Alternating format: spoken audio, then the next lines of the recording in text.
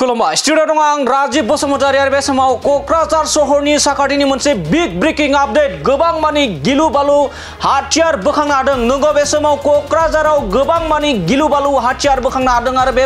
बे बाराव जिहाद सुबुंनिफ्राय गोबां मानि हाथियार बोखांनो हादों आरो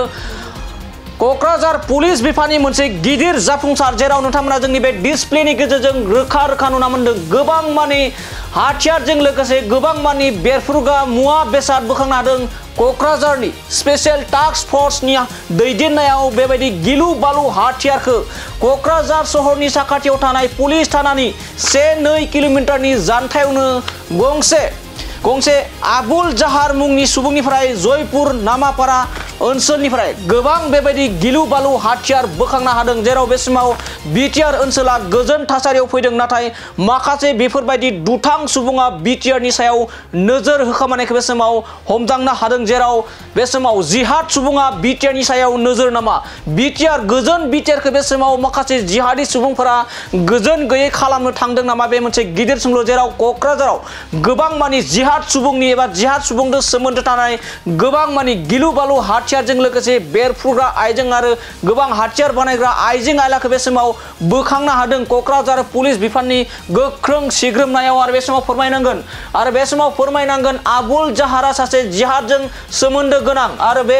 जायगाया जाहैबाय कक्राझार जिल्लानि सिङाव थानाय थामहिनबा कक्राझार सहरनिनो साखाथिनि 2-3 किल'मिटार जानथायाव थानाय जयपुर नामापारा होनाय ओनसोलाव बेबायदि जेराव नोंथांमोना डिसप्लेनि गेजेरजों रोखा नुना मोननाय जादों जेराव गासै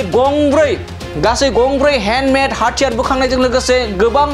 आइडि बानायनाय आरो गोबां मानि गिलु बालु हाथियार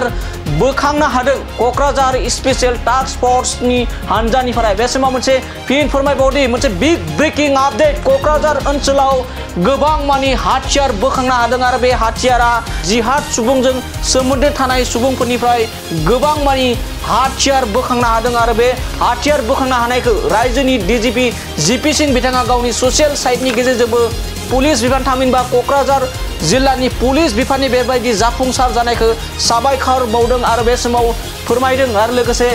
बेबायदि गोबां मानि हाथियार बोखांनो हानायखौ बे समाव जिपि सिंह बिथाङा गोजोननाय आरो साबायखर बावनायखौ बे समाव नुना मोननाय जादों जेराव बे समाव बिटिआरखौ गोजोन थासारियाव लाबोनो हाबाय नाथाय गोजोन थासारिखौ माखासे दुथां सुबुंफोरा बिटिआर ओनसोलखौ थैनि बाना खालामनो थाखाय खामानि मावख'नाया बे समाव फेलें जानांदों जेराव आसाम पुलिसनि बेफोरबायदि जाफुंसारनायाव